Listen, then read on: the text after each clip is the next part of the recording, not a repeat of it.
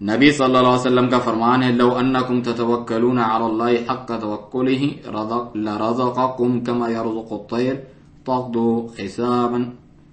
خماصا وتروح بطانا، کہ اگر تم واقعتاً اس طرح توکل بھروسہ کرو اللہ تعالیٰ پر جس طرح پرندے کرتے ہیں اور وہ انہیں رزق دیتا ہے، کہ وہ جب صبح جاتے ہیں تو خالی پیٹ ہوتے ہیں اور جب واپس لوٹ کر آتے ہیں تو پیٹ ان کے بھرے ہوتے ہیں۔ یہ مسند احمد اور الترمذی کی روایت ہے اور انہوں نے اسے حسن قرار دیا ہے۔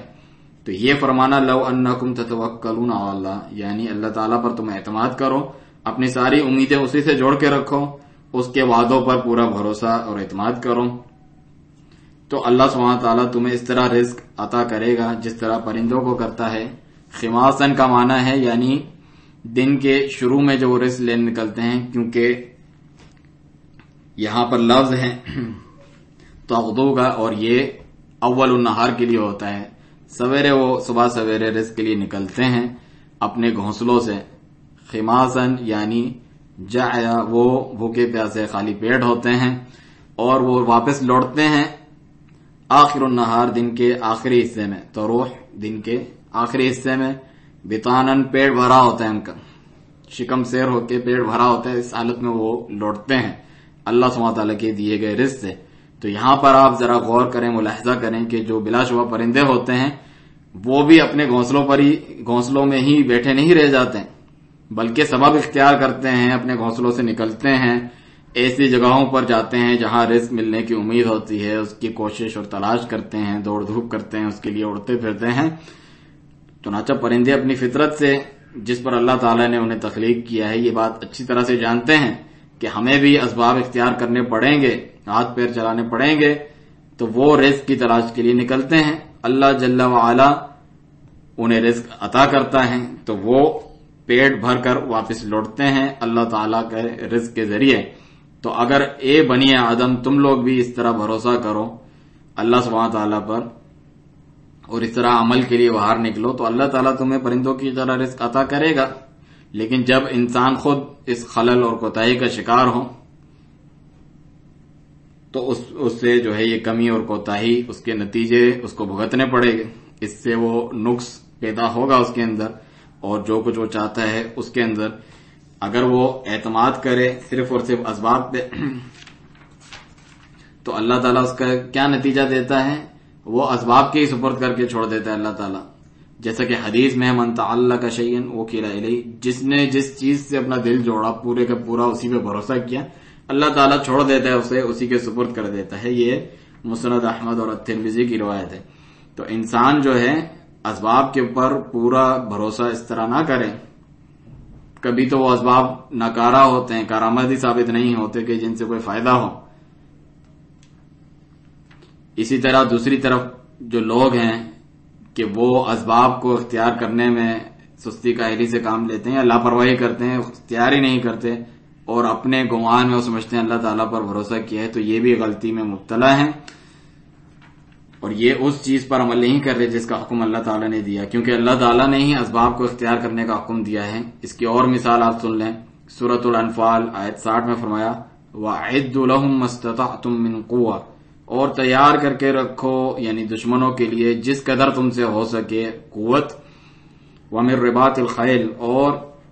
لگام بندے گھوڑوں کے ساتھ جو جنگی سامان ساز و سامان تیار رکھو، تُرْهِبُونَ بِهِ، جس کے ذریعے سے تم دہشت زدہ کرو، ڈراؤ، عدو اللہ وعدوکم، اللہ تعالیٰ کے دشمنوں کو اور اپنے دشمنوں کو۔ چنانچہ آپ دیکھیں اللہ تعالیٰ تو اس بات پر پورا قادر ہے کہ مسلمانوں کی مدد و نصرت کریں اور کافروں کو ویسے ہی قتل کر کے ختم کر دے، اللہ تعالیٰ ملیا میٹ کر دیں، جیسا کہ اللہ سبحانہ تعالیٰ نے اس جانب اشارہ بھی فرمایا ہے کہ ذالک، یعنی یہ جو جہاد کا معاملہ ہے جو ہم نے تم پر کیا یہ تو ہے، ذالک وَلَوْ يَشَاءُ اللَّهُ لَانتَصَرَ مِنْهُمْ، اگر اللہ چاہتا تو خود ہی ان سے انتقام لے لیتا، تمہاری بھی ضرورت نہیں ہے۔ سورۃ محمد آیت نمبر 4 میں فرمایا، اور آگے فرمایا وَلَكِنْ لِيَبْلُوَ بَعْضَكُمْ بِبَعْضٍ، لیکن اللہ تعالیٰ ایک دوسرے سے تم نے آزماتا ہے، کافروں کو تم سے، تمہیں کافروں کے ذریعے۔ تو اللہ تعالیٰ قادر ہے اس بات پہ کہ کافروں کو ایک لحظے میں، ایک لمحے میں، ایک سیکنڈ میں سب کو جو ہے آنے واحد میں ختم کر دیں اور مسلمانوں کو راحت پہنچائے، جان چھوڑ جائے ان کی۔ لیکن اللہ تعالیٰ کی حکمتوں میں سے ہے کہ وہ یہ چاہتا ہے نمبر ایک یہ کہ وہ ابتلا یعنی آزمائش کرے ایک دوسرے سے، کافروں کی مسلمانوں سے، مسلمانوں کی کافروں سے، لِعِلَاءِ کلمۃ اللہ، اللہ کے کلمے کی سربلندی کے لیے، اور دوسری بات یہ ہے کہ اس کے ذریعے سے مسلمانوں کو اللہ کی راہ میں شہادت نصیب ہو، اور تیسری بات یہ کہ اس کے ذریعے سے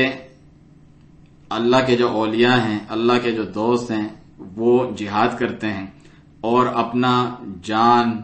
مال، نفس، روح، ہر چیز لٹاتے ہیں، اللہ کی راہ میں قربان کرتے ہیں۔ چنانچہ جو جہاد ہے وہ تو ایک اللہ کی عبادتوں میں سے عظیم ترین عبادت ہے۔ چنانچہ اگر اللہ تعالیٰ سارے کے سارے کافروں کو اپنی طرف سے عذاب بھیج کے ہلاک کر دیتا تو یہ جتنی عظیم مصلحتیں ہیں وہ فوت ہو جاتی، اور جہاد جو ہے معطل ہو جاتا، اور شہداء جو ہیں، جو شہید ہوتے ہیں اللہ کی راہ میں، ان کو شہادت نصیب نہ ہوتی، اور نہ ہی اللہ کے ایمان کے جو سچائی اور صدق کا جو ٹیسٹ ہوتا ہے وہ جو ہے برپا ہوتا۔ چنانچہ اللہ تعالیٰ مومنوں کو آزماتا ہے کیا وہ اپنے ایمان میں سچے ہیں بھی کہ نہیں، کیونکہ جو بلا شبہ سچا ہوتا ہے اپنے ایمان میں وہ اللہ کی راہ میں جہاد کرتا ہے، اپنا جان، مال اور اپنا سکون اور راحت لٹاتا ہے اللہ کی راہ میں، اللہ کے کلمے کو سربلند کرنے کے لیے۔ البتہ جو منافق ہوتا ہے، جو صرف ایمان کا جھوٹا دعویٰ کرتا ہے، حالانکہ وہ اصل میں اندر سے جھوٹا ہوتا ہے، تو وہ جہاد سے بھاگتا ہے، اس سے جی چراتا ہے، اس سے پیچھے رہ جاتا ہے، جس سے اس کا نفاق ظاہر ہو کے سامنے آ جاتا ہے، اس کے ایمان سے الگ ہو کے اس کا نفاق جو ہے کھل کے نکھر کے جو ہے سامنے آ جاتا ہے۔ چنانچہ کافروں کے خلاف جہاد کرنے کی بڑی مصلحت ہیں۔ اللہ تعالیٰ کا فرمان وَأَعِدُّوا لَهُم مَّا اسْتَطَعْتُم مِّن قُوَّةٍ، جتنی بھی قوت ہو سکتی ہے تم سے ان کے خلاف تیار کر کے رکھو۔ کافروں کے خلاف جہاد کرنے کے لیے یہ صرف زبانی کلامی نہیں ہوگا یا صرف دعائیں کرنے سے نہیں، ہاں اس میں کوئی شک نہیں کہ دعا جو ہے بہت اچھی چیز ہے، مسلمان کا یہ قوی اسلحہ ہے اللہ سے تعلق کے ذریعے، لیکن یہ اکیلا کافی نہیں ہے، بلکہ ضروری ہے کہ باقاعدہ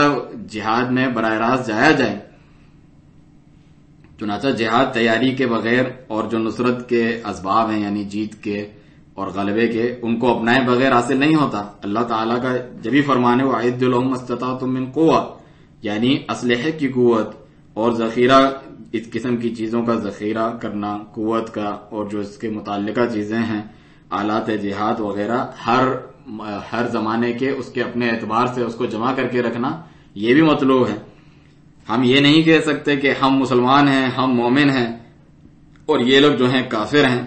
اور اللہ تعالیٰ ضرور جو ہے عنقریب ابھی ہمیں ان پہ فتح اور جیت دے دے گا ہماری ایمان کی وجہ سے، ہمیں کوئی اسباب اپنانے کی ضرورت نہیں ہے، بغیر اسباب اپنائی ہمیں ان کے اوپر جیت اور فتح مل جائے گی، غلبہ مل جائے گا۔ تو یہ غلط بات ہے، یہ صحیح بات نہیں ہے، بلکہ ضروری ہے کہ نصرت کے لیے جو اس کے اسباب ہیں وہ اپنائے جائیں۔ ضروری ہے کہ اللہ کی طرف سے ابتلا، امتحان اور آزمائش ہوگی، اور ضروری ہے کہ اس میں قربانیاں دینی پڑے گی، اور اس میں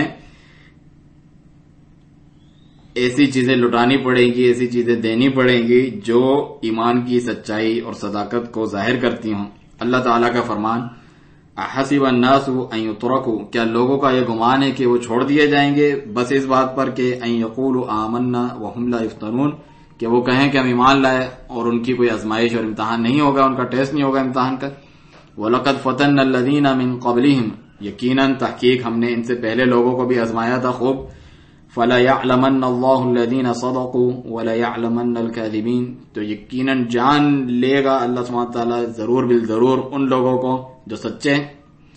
اور ان لوگوں کو بھی ضرور بالضرور جان لے گا جو جھوٹے ہیں۔ سورۃ العنکبوت آیت 2 اور 3۔ تو یہ اللہ سبحانہ تعالیٰ کی حکمت ہے۔ لازم ہے کہ کافروں کے خلاف جہاد ہو، اس میں دو چیزیں، پہلی یہ جو کہ اصل اساس اور بنیاد ہے کہ اللہ تعالیٰ پر توکل اور بھروسہ ہو، اور دوسری اعداد القوہ، یعنی اپنی قوت کو تیار کر کے رکھنا اور دفاع کے سامان کو اچھی طرح سے تیار کر کے رکھنا جو مناسب ہو ہر وقت کے اور زمانے کے مطابق۔ یہ دونوں چیزیں ضروری ہیں، چنانچہ ان دونوں چیزوں کو جمع کرنا چاہیے۔ اسی لیے جب پھر شیخ بہت اچھی مثالیں بیان کرتے ہیں جہاد کی، نبی صلی اللہ علیہ وسلم کی سیرت میں سے آپ دیکھیں جب غزوہ احد ہوا، جنگ احد جو ہے، اور اس میں جو کچھ مسلمانوں کے ساتھ ہوا سو ہوا، یعنی بڑی آزمائش اور امتحان میں مبتلا ہوئے، قتل بھی کیے گئے، شہید ہوئے اور زخمی بھی ہوئے، اس میں آپ دیکھیں جب کافر پلٹ کے جانے لگے تو انہوں نے آپس میں مشورہ کیا کافروں نے اور کہا کہ ہم نے محمد صلی اللہ علیہ وسلم اور ان کے صحابہ کو کوئی زیادہ نقصان نہیں پہنچایا، ہم پہنچا سکتے تھے، تو کیوں نہ ہم واپس لوٹ جائیں اور جو کچھ باقی بچے ہیں ان پر دھاوا بول دیں، اچانک حملہ کریں اور جو ہے جڑ سے ہی خاتمہ کر دیں۔ تو انہوں نے یہ کہلا بھیجا کہ ہم جو ہے واپس آ رہے ہیں ان قریب اور جو ہے تمہارا جڑ سے خاتمہ کر دیں گے۔ نبی صلی اللہ علیہ وسلم نے جو ہے بلا توقف جو ہے تیاری کی اور صحابہ کو بھی، حالانکہ وہ زخم سے چور چور تھے، بالکل زخم سے چکنا چور تھے اور تھکے ماندے تھے، لیکن پھر بھی انہوں نے اسباب اختیار کیے اور فوراً جو ہے نکلنے کے لیے تیار ہو گئے مدینہ سے، اور دشمن کو طلب، یعنی اس سے پہلے کہ وہ یہاں آئیں ہم ان کی طرف چلے جائیں۔ حالانکہ ان میں سے بعض کے زخموں سے خون رس رہا تھا، پھر بھی وہ لوگ تیار ہوئے اور اس سبب کو انہوں نے اپنایا۔ چنانچہ جو زخمی تھا اپنے زخموں کے ساتھ ہی نکل پڑا، ان میں سے کوئی پیچھے نہیں رہا۔ اور جب کافروں کو یہ بات پتا چلی کہ مسلمان جو ہے واپس آ گئے ہیں اور آ رہے ہیں، تیار ہیں، وہ ہارے نہیں ہیں، وہ کمزور نہیں پڑے ہیں، تو ان کے دل میں رعب طاری ہو گیا اللہ تعالیٰ کی طرف سے کہ وہ لوگ ضرور اس لیے نکلیں کہ ان کے پاس ابھی بھی قوت ہے۔ تو کافر جو ہے وہ ڈر گئے اور وہ پیٹ پھیر کے بھاگ گئے۔ تو اللہ سبحانہ تعالیٰ نے فرمایا اس کے تعلق سے قرآن مجید میں سورۃ آل عمران میں آیت 172 اور 173 میں کہ الذین استجابوا للہ والرسول من بعد ما اصابهم القرح، وہ لوگ کہ جنہوں نے حکم مانا اللہ تعالیٰ کا اور اس کے رسول کا، حالانکہ وہ زخمی ہو چکے تھے، وہ ان کو خوب زخم بھی پہنچے ہوئے تھے، پھر بھی اللہ رسول کا کہا مانا۔ للذین احسنوا منہم واتقوا اجر عظیم، ان میں سے جو بھی نیکی اپنائے گا اور تقوی اختیار کرے گا اس کے لیے بہت بڑا اجر ہے۔ الذین قال لهم الناس ان الناس قد جمعوا لكم فاخشوهم، وہ لوگ کہ جن سے لوگوں نے کہا کہ دشمن تمہارے لیے جو لوگ ہیں وہ جمع ہو چکے ہیں، فاخشوهم ان سے ڈرو، پھر فزادهم ایمانا، اس سے تو ان کا ایمان اور بڑھ گیا، وقالوا حسبنا اللہ ونعم الوکیل، اور انہوں نے کہا ہمارے لیے اللہ ہی کافی ہیں اور وہ کیا ہی خوب کارساز ہیں۔ تو جب کافروں کو یہ تہدید، یہ دھمکی پہنچی مسلمانوں کی طرف سے، یہ جو ہے اعتماد سے بھرپور کلمہ پہنچا کہ حسبنا اللہ ونعم الوکیل، کہ اللہ تعالی جو ہے ہمارے لیے کافی ہے اور وہ کیا ہی خوب کارساز ہیں، تو کافروں کے خلاف کیا مسلمانوں نے صرف یہ کہہ کر گزارا کر لیا اور پھر عملی اقدام نہیں کیا، بلکہ کیا جو ابھی آپ نے سنا کہ حسبنا اللہ ونعم الوکیل کہنے کے ساتھ ساتھ وہ نکلے بھی اور اسباب کو اختیار بھی کیا۔ تو دونوں چیزوں کو آپ دیکھیں، انہوں نے اختیار کیا تو اس کا نتیجہ کیا نکلا، وہ آگے کی آیتوں میں ذکر کیا اللہ تعالیٰ نے، جو یہ دونوں چیزیں اپنائے گا تو وہ بھی اس قسم کے نتیجے پائے گا۔ فانقلبوا بنعمت من اللہ وفضل، تو وہ لوگ لوٹے، یعنی مسلمان کس حال میں واپس لوٹے، عظیم نعمت حاصل کر کے اور اللہ تعالیٰ کی طرف سے فضل جو ہے اللہ سبحانہ تعالیٰ کی طرف سے انہیں فضل ملا بہت اللہ سبحانہ تعالیٰ کا۔ لم یمسسہم سوء، انہیں کوئی بھی آنچ نہیں پہنچی، کوئی غضن، کوئی برائی تک نہیں چھوئی۔ واتبعوا رضوان اللہ، اور انہوں نے پیروی کس چیز کی اللہ تعالیٰ کی خوشنودی کی، اس کی رضامندی کی۔ واللہ ذو فضل عظیم، اور اللہ تعالیٰ بہت بڑے فضل و کرم والا ہے۔ انما ذالکم الشیطان، یہ تو صرف اور صرف شیطان تھا، یخوف اولیاء، جو اپنے دوستوں کو ڈراتا ہے۔ فلا تخافوہم، تو ان سے ڈرنے کی ہرگز بھی ضرورت نہیں ہے۔ وخافونی، مجھے سے ڈرو، ان کنتم مؤمنین، اگر تم واقعی مومن ہو۔ سورۃ آل عمران آیت 174 اور 175۔ تو نتیجہ کن کے حق میں ہوا؟ مومنین کے حق میں ہوا۔ کس سبب سے؟ اللہ تعالیٰ پر توکل کرنے کے سبب سے اور اسباب کو اختیار کرنے کے سبب سے۔ اگر وہ مدینہ میں ہی بیٹھے رہتے اور نہیں نکلتے اور کہتے ایسی بات کہ جس میں کوئی ڈھیلا پن ہوتا کافروں کے لیے یا کوئی کمزوری جس سے ظاہر ہو رہی ہوتی، تو کافر ضرور جو ہے لوٹ آتے، حقیقتاً لوٹ آتے واقعتاً، اور جڑ سے ان کا خاتمہ کر دیتے۔ لیکن جب انہوں نے کہا کہ حسبنا اللہ ونعم الوکیل، یہ کہنے کے ساتھ وہ نکلے بھی، تو نتیجہ کیا ہوا؟ فانقلبوا بنعمت من اللہ وفضل لم یمسسهم سوء، تو یہ نتیجہ ہوا۔ اور اس کے ذریعے سے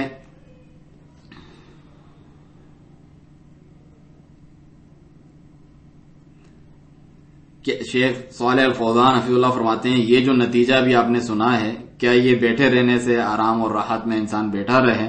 ہاتھ پہ ہاتھ رکھ کے اور اسباب کو چھوڑ دیں، اپنے گمان میں سمجھے کہ میں نے اللہ تعالیٰ پر توکل کیا، اس کے ذریعے سے یہ حاصل ہو سکتا ہے؟ ہرگز نہیں، بلکہ ان دونوں چیزوں کو جمع کرنے سے یہ حاصل ہوتا ہے۔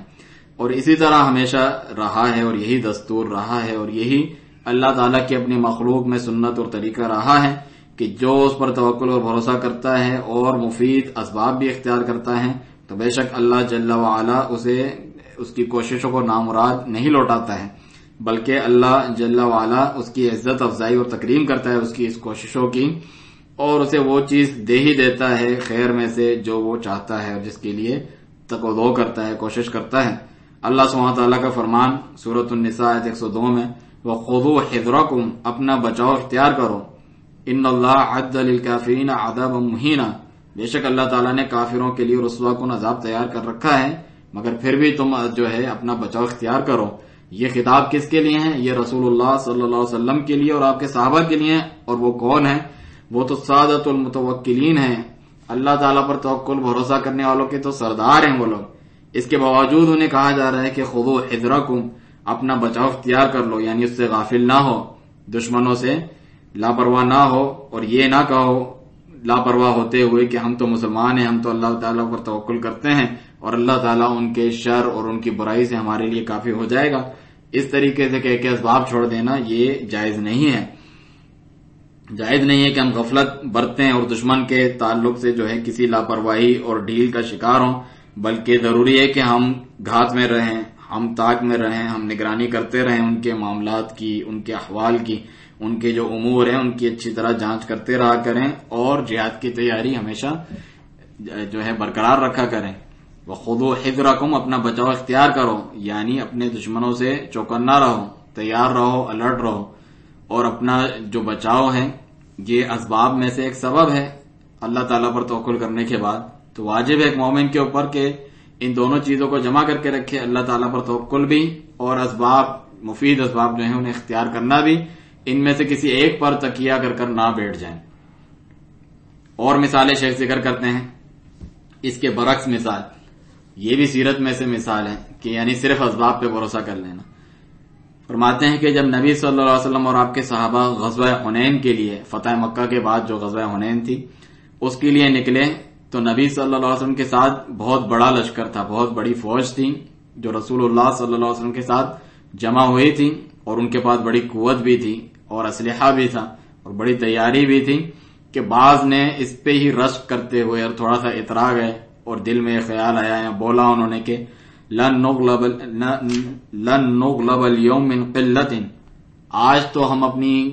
تعداد کی کمی کی وجہ سے مغلوب نہیں ہوں گے، کوئی ہم پر چڑھائی نہیں کر سکتا، جیت نہیں سکتا، اب ہم اتنے تعداد میں ہیں، یہ تھوڑا سا ان کے اندر پیدا ہو گیا۔ تو پھر اس کا نتیجہ کیا ہوا کہ جب مسلمان اور کافر آپس میں ان کی مٹ بھیڑ ہو گئی، ان سے جب لڑائی شروع ہوئی، تو مسلمانوں کے ساتھ جو کچھ ہوا سو ہوا کہ جہاد جو قتال ہے، جو لڑائی ہے، اس کے شروع میں انہیں تنگی کا سامنا کرنا پڑا اور دشمن ان پر قابض ہونے لگا، اور انہوں نے وہ جنگی چال ان کے خلاف چلی جسے جنگی اور حربی چال کہتے ہیں، اس طریقے سے کہ دشمن نے جان بوجھ کر انہیں نظر انداز کیا، چھوڑے رکھا تاکہ وہ آگے تک آ جائیں اور وادی میں نیچے کی طرف سب جمع ہو جائیں۔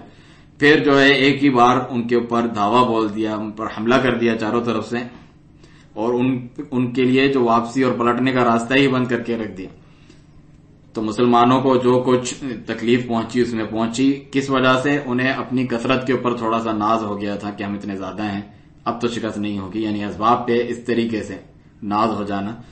تو اللہ تعالیٰ فرماتا ہے، اس کا نقشہ کھینچتا ہے سورۃ التوبہ آیت 25 اور 26 میں، وَيَوْمَ حُنَيْنٍ، اور یاد کرو حنین کے دن، اِذْ أَعْجَبَتْكُمْ كَثْرَتُكُمْ، جب تمہاری کثرت پہ تم تھوڑا اترا گئے تھے، ناز ہونے لگا تھا، فَلَمْ تُغْنِ عَنْكُمْ شَيْئًا، تو اس نے تمہیں کوئی فائدہ نہیں پہنچایا،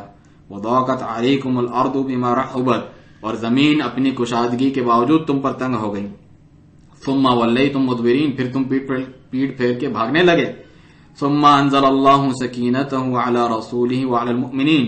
پھر اللہ تعالیٰ نے سکینت سکون نازل کیا اپنی طرف سے رسول پر اور مومنوں پر. وانزل جنودا لم تروها، اور ایسے لشکروں کو اللہ تعالیٰ نے بھیجا جو تمہیں نظر نہیں آتے، یعنی فرشتوں کو بھیجا. وعذب الذین کفروا، اور عذاب دیا، تکلیف دی کافروں کو. وذلک جزاء الکافرین، اور یہی کافروں کا بدلہ ان کی جزا ہے. چنانچہ جب انہیں اپنی کثرت کے اوپر کچھ ناز ہو گیا تو اللہ تعالیٰ نے ان کی تعریف کی، ان کو ادب سکھلایا، ان کو یہ سبق سکھلایا. حالانکہ وہ اللہ تعالیٰ کے مومنین بندے تھے، سچے مومنین مخلص بندے تھے، جو اس بات پر دلیل ہے کہ انسان کو جو ہے صرف اور صرف اسباب پر ہی پورا اعتماد نہیں ہونا چاہیے، یا اپنے کسی قول یا فعل پر وہ اترانے لگے یا نازاں ہو جائے اس پر، کہ اپنے اسلحہ پر اسے پورا بھروسہ ہو بغیر اللہ سبحانہ تعالیٰ پر توکل کیے ہوئے. بلکہ ضروری ہے کہ ان دونوں چیزوں کو جمع کر کے رکھے. سب سے پہلی چیز تو اللہ تعالیٰ پر توکل ہو تمام چیزوں سے بڑھ کر. اس کے بعد جو ہے وہ کارآمد قسم کی تیاریوں کو جو ہے جاری و ساری رکھیں. ان دونوں امور کو جمع کرنے سے مسلمانوں پر کبھی کوئی غالب نہیں آ سکتا اللہ تعالیٰ کے اذن سے. اور مثالیں آپ سن لیں، درس تو کچھ لمبا ہی. ابراہیم علیہ الصلوۃ والسلام کو جب آگ میں ڈالا گیا تو آپ علیہ الصلوۃ والسلام نے کیا فرمایا؟ حسبنا اللہ ونعم الوکیل. تو اللہ تعالیٰ نے اس کے نتیجے میں کیا دیا؟ یہ حکم دیا اللہ تعالیٰ نے آگ کو، یا نار کونی بردا وسلاما علی ابراہیم، اے آگ تو ٹھنڈی اور سلامتی والی ہو جا ابراہیم پر. سورۃ الانبیاء آیت 69. تو یہ جو سبب ہے اللہ تعالیٰ پر توکل اور بھروسہ کرنے کا اور اپنے تمام معاملات کو اس کے سپرد کرنے کا، آپ اس حالت میں دیکھیں کہ ابراہیم علیہ السلام اس کے علاوہ کچھ کر نہیں سکتے تھے. ان کے پاس اب اختیار میں کچھ بھی نہیں رہ گیا تھا. اسی لیے انہوں نے اللہ سبحانہ تعالیٰ کو پکارا، ان سے دعا کی صرف. اور اللہ سبحانہ تعالیٰ کے جو بالکل دل سے اس طرح سارے معاملات سپرد کرتا ہے تو اللہ سبحانہ تعالیٰ تو اسباب کا محتاج نہیں ہے، اور اللہ سبحانہ تعالیٰ اس طرح مدد کرتا ہے.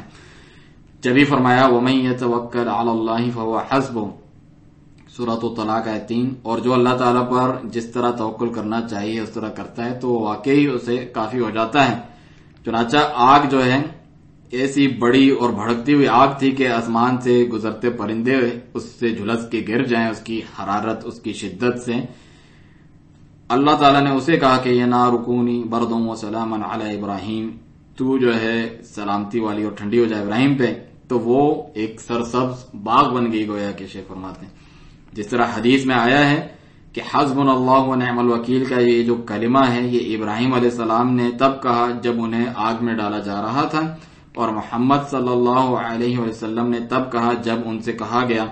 ان الناس قد جمعوا لکم، بے شک لوگ تمہارے خلاف جمع ہو گئے ہیں، فاخشوہم، تو ان سے ڈرو، فزادہم ایمانا، اس سے ان کا ایمان بڑھ گیا. وقالوا حسبنا اللہ ونعم الوکیل، اور انہوں نے کہا ہمیں اللہ ہی کافی ہے، اور وہ کیا ہے؟ خوب کارساز ہے. وہی سورۃ آل عمران.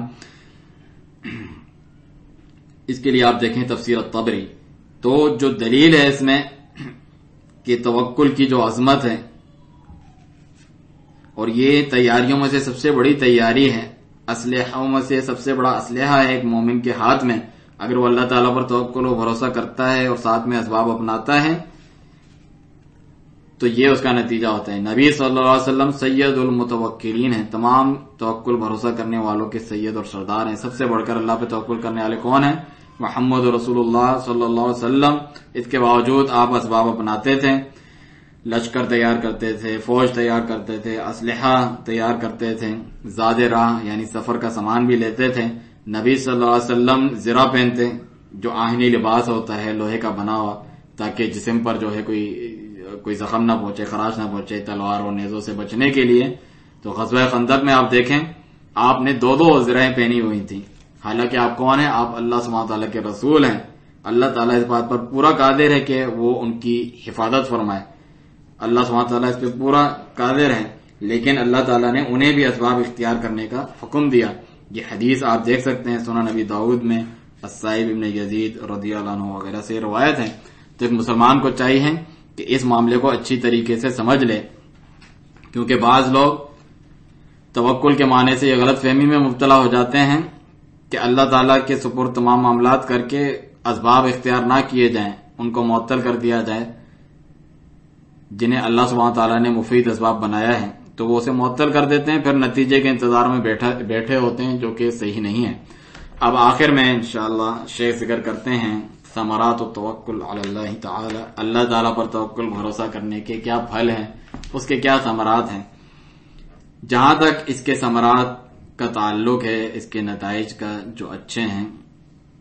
وہ بہت زیادہ ہیں، جن میں سے سب سے بڑا یہ ہے کہ اللہ سبحانہ تعالیٰ اسے کافی ہو جاتا ہے جو اس پر توکل کرتا ہے، یہ سب سے اہم فائدہ ہے۔ اللہ تعالیٰ کا فرمان وَمَن يَتَوَكَّلْ عَلَى اللَّهِ فَهُوَ حَسْبُهُ، جو اللہ تعالیٰ پر توکل بھروسہ کرتا ہے اللہ تعالیٰ اسے کافی ہو جاتا ہے، سورۃ الطلاق آیت 3۔ تو جو اپنے امور کو، جو اپنے کاموں کو سپرد کرتا ہے اللہ تعالیٰ کے، اس اکیلے پر اعتماد کرتے ہوئے اور یہ عقیدہ رکھتے ہوئے کہ کوئی بھی خیر کو نہیں لا سکتا مگر اللہ، کوئی بھی شر برائی کو دور نہیں کر سکتا مگر اللہ، فَهُوَ حَسْبُهُ، تو وہ اسے کافی ہو جاتا ہے، اس کے تمام جن چیزوں سے وہ ڈرا ہوا ہے ان سے بچانے میں کافی ہو جاتا ہے، کیونکہ یہ قاعدہ اور قانون ہے اللہ تعالیٰ کے یہاں، الجزاء من جنس العمل، جو جیسا کرتا ہے اسی طریقے سے اسے بدلہ دیا جاتا ہے۔ چنانچہ جب اس نے سب کو چھوڑ کے اللہ تعالیٰ پہ توکل بھروسہ کیا تو پھر نتیجہ اور بدلہ بھی اللہ نے ایسا دیا کہ سب کو چھوڑ کے اللہ ہی اس کو کافی ہو گیا اس کے تمام معاملات اور تمام کاموں میں۔ تو اللہ جل وعلا اس کے تمام کاموں کو اپنے ذمہ لے لیتا ہے، وہ اکیلا اسے کافی ہو جاتا ہے۔ تو یہ اللہ پر توکل بھروسہ کرنے کا سب سے بڑا پھل ہے۔ اللہ تعالیٰ کا فرمان یا ایھا النبی حسبک اللہ، اے نبی اللہ تمہارے لیے کافی ہے، سورۃ الانفال آیت 64۔ اسی طرح سورۃ الانفال آیت 62 میں فرمایا وَإِن يُرِيدُوا أَن يَقْطَعُوكَ فَإِنَّ حَسْبَكَ اللَّهُ،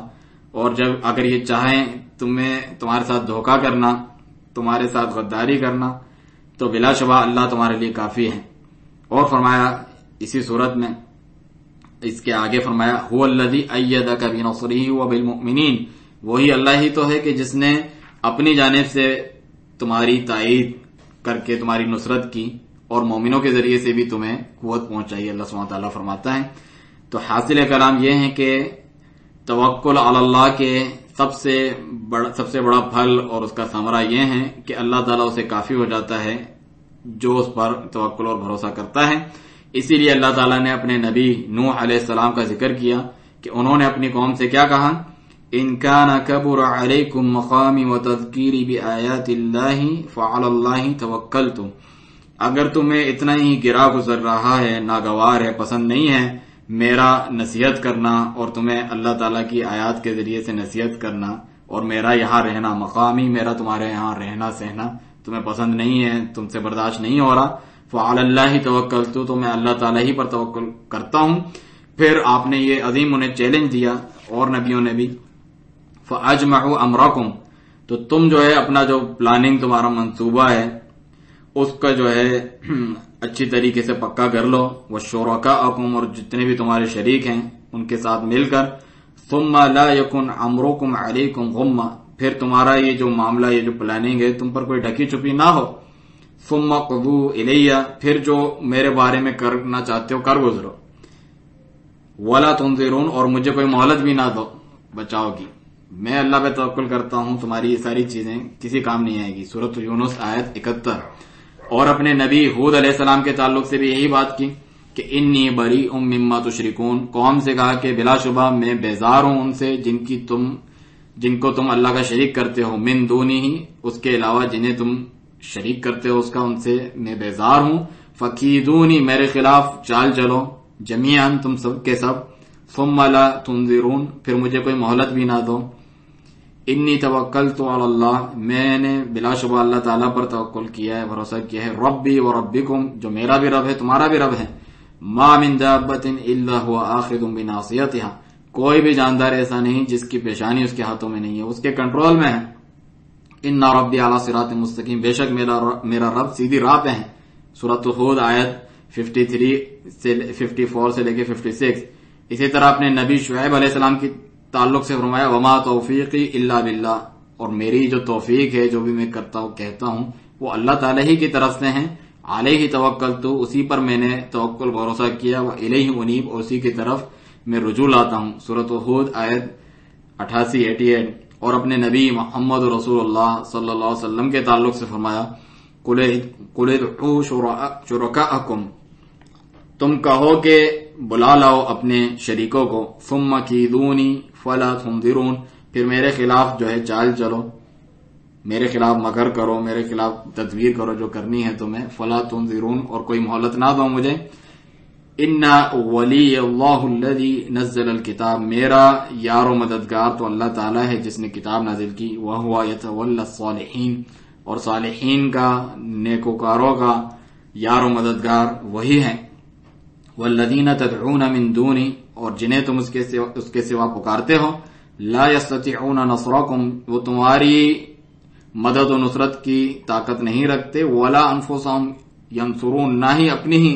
مدد کی کوئی جو ہے طاقت رکھتے ہیں۔ سورۃ الاعراف آیت 195 سے 197۔ تو اللہ سبحانہ تعالیٰ نے یہ خبر دی ان رسولوں کے تعلق سے، ان رسول کرام علیہ الصلوۃ والسلام کے تعلق سے، کہ انہوں نے اپنی قوم کو چیلنج دیا اور ان کے معبودوں کو بھی کہ یہ کوئی نقصان نہیں پہنچا سکتے، ہم اللہ تعالیٰ پر مکمل توکل بھروسہ کرتے ہیں، اور جو اللہ پر توکل بھروسہ کرتا ہے اسے کافی ہو جاتا ہے۔ دوسرا فائدہ توکل کرنے کا اللہ سبحانہ تعالیٰ پر کہ اس سے اللہ تعالیٰ کی محبت حاصل ہوتی ہے۔ اللہ تعالیٰ کا فرمان ان اللہ یحب المتوکلین، سورۃ آل عمران آیت 159، بے شک اللہ تعالیٰ توکل کرنے والوں سے محبت کرتا ہے۔ تو جو اللہ تعالیٰ پر حقیقی معنوں میں توکل کرتا ہے تو اللہ تعالیٰ ضرور اس سے محبت کرتا ہے، اور اگر اللہ تعالیٰ کسی سے محبت کرے تو دنیا اور آخرت میں سعادت مندی، خوشبختی اسے ملتی ہے کہ وہ اللہ تعالیٰ کے محبوبوں میں سے، اس کے احباب میں سے، اس کے اولیاء، اس کے دوستوں میں سے ہو جاتا ہے۔ اسی طرح توکل علی اللہ کے ثمرات میں سے یہ ہیں کہ بلا شبہ انسان جو ہے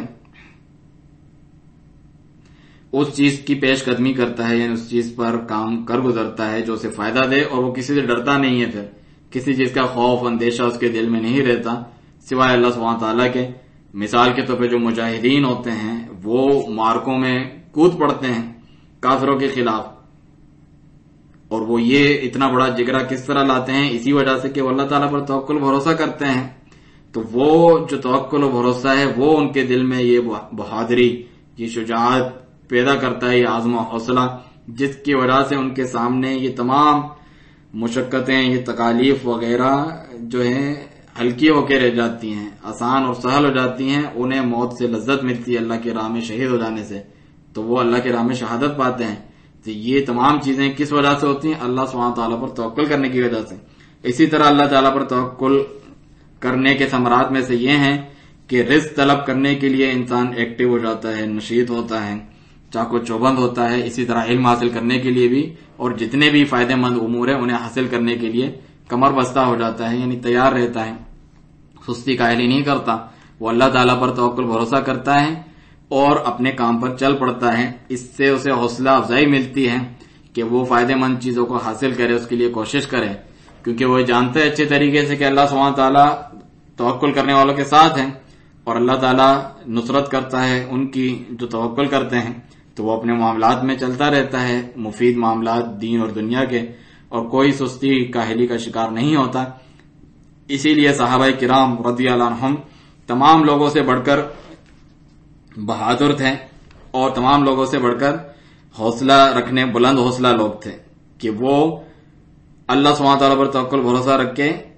اپنے کام کو کر گزرتے تھے۔ تو اسی وجہ سے وہ بہادر تھے اور جو ہے نڈر تھے اور چڑھ دوڑتے تھے کام کرنے کے لیے۔ اسی وجہ سے انہوں نے مشرق و مغرب سب کو فتح کر لیا اللہ سبحانہ تعالیٰ کی مدد سے اور توکل و بھروسے سے۔ کتنے ممالک کو انہوں نے فتح کیا اپنے جہاد کے ذریعے سے، اور دلوں کو انہوں نے فتح کیا اپنی دعوت اللہ کے ذریعے سے، کیونکہ وہ اللہ تعالیٰ پر توکل بھروسہ کرنے والے تھے، اس پر پورا اعتماد کرنے والے تھے۔ اللہ تعالیٰ کا فرمان سورۃ المائدہ آیت 54 میں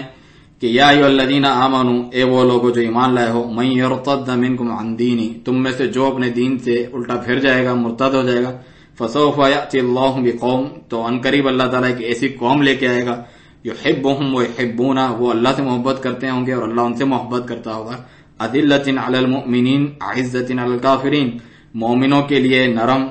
اور کافروں پر سخت، یجاہدون فی سبیل اللہ ولا یخافون لومۃ لائم، اللہ کی راہ میں جہاد کرنے والے اور کسی ملامت کرنے والے کی ملامت کی پرواہ نہ کرنے والے، ذالک فضل اللہ یؤتیہ من یشاء، یہ اللہ تعالیٰ کا فضل و کرم ہے، وہ جسے چاہے عطا کرتا ہے، واللہ واسع علیم، اور اللہ تعالیٰ وسیع علم والا ہے۔ تو یہ کسی سے نہیں ڈرتے، کسی ملامت والے کی ملامت کی پرواہ کرتے ہی نہیں ہے، کیوں کہ وہ اللہ تعالیٰ پر مکمل اعتماد کرتے ہیں اور اپنے تمام امور کو اسی کے سپرد کرتے ہیں، اور کسی غیر کی طرف کوئی دھیان نہیں دیتے، چاہے وہ راضی ہوں یا ناراض ہوں۔ جب تک اللہ تعالیٰ راضی ہے تو وہ لوگوں کی رضامندی، ان کی ناراضگی کی پرواہ نہیں کرتے۔ چنانچہ حدیث میں بھی آیا ہے، جو کہ ابن حبان اور الترمذی وغیرہ میں عائشہ رضی اللہ عنہ سے مروی ہے، من التمس رضا اللہ بسخط الناس رضی اللہ عنہ وارض عنہ الناس، جو اللہ کی رضامندی تلاش کرتا ہے اگرچہ لوگ ناراض ہی کیوں نہ ہوں، تو اللہ تعالیٰ خود بھی راضی ہو جاتا ہے، لوگوں کو بھی اس سے راضی کروا ہی دیتا ہے۔ اور اس کے برعکس کیا ہوتا ہے، ومن التمس رضا الناس بسخط اللہ سخط اللہ علیہ واسخط علیہ الناس، اور جو لوگوں کی رضامندی چاہتا ہے اللہ کو ناراض کر کے، تو اللہ تعالیٰ بھی ناراض ہوتا ہے اور لوگوں کو بھی اس کے خلاف کر دیتا ہے ناراض۔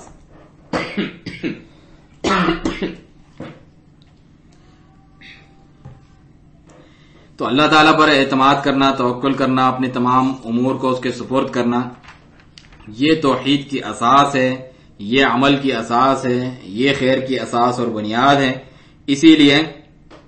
اسے ایمان کی شرط قرار دیا، وَعَلَى اللَّهِ فَتَوَكَّلُوا إِن كُنتُم مُؤْمِنِينَ، کئی مرتبہ آیات گزری ہے۔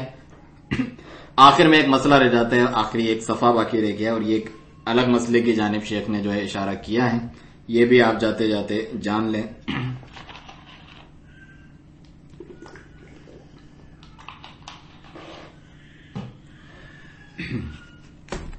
شیخ فرماتے ہیں آخر میں ایک مسئلہ باقی رہ جاتا ہے اس باب میں، اور وہ ہے التوکیل کا مسئلہ، کسی کو اپنا وکیل بنانا۔ فلاں کام میں نے اس کے سپرد کیا ہے اس پر اعتماد بھروسہ کرتے ہوئے، تو کیا یہ بھی اس کے خلاف ہے؟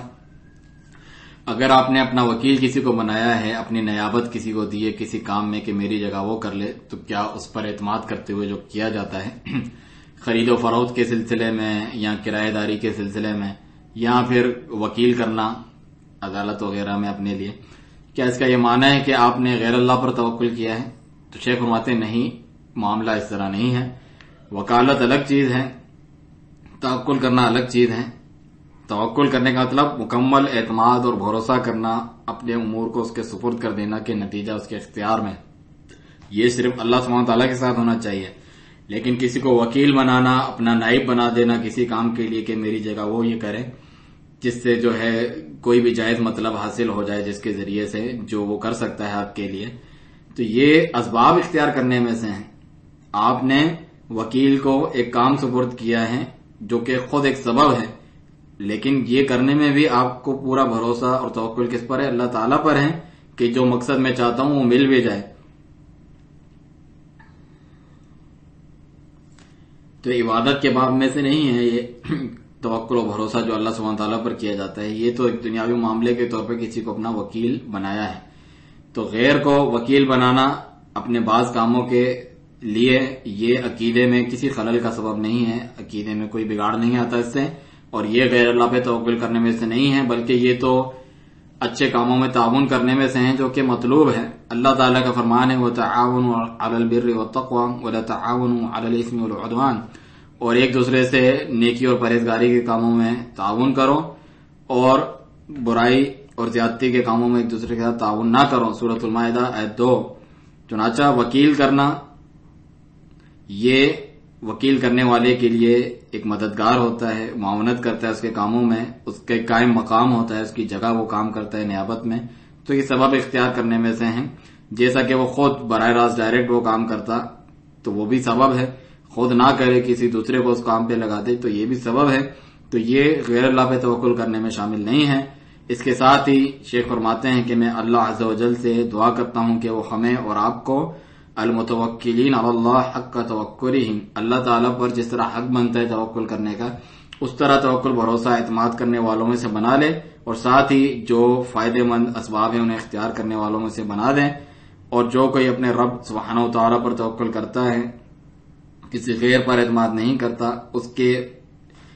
اوپر ہی تمام امور اپنے اس کے سپرد کرتا ہے، ہمیں ان میں سے بنا دے۔ وصلی اللہ وسلم علی نبینا محمد وعلی آلہ وصحبہ اجمعین۔ وسبحانك اللهم وبحمدك اشهد ان لا اله الا انت استغفرك واتوب اليك.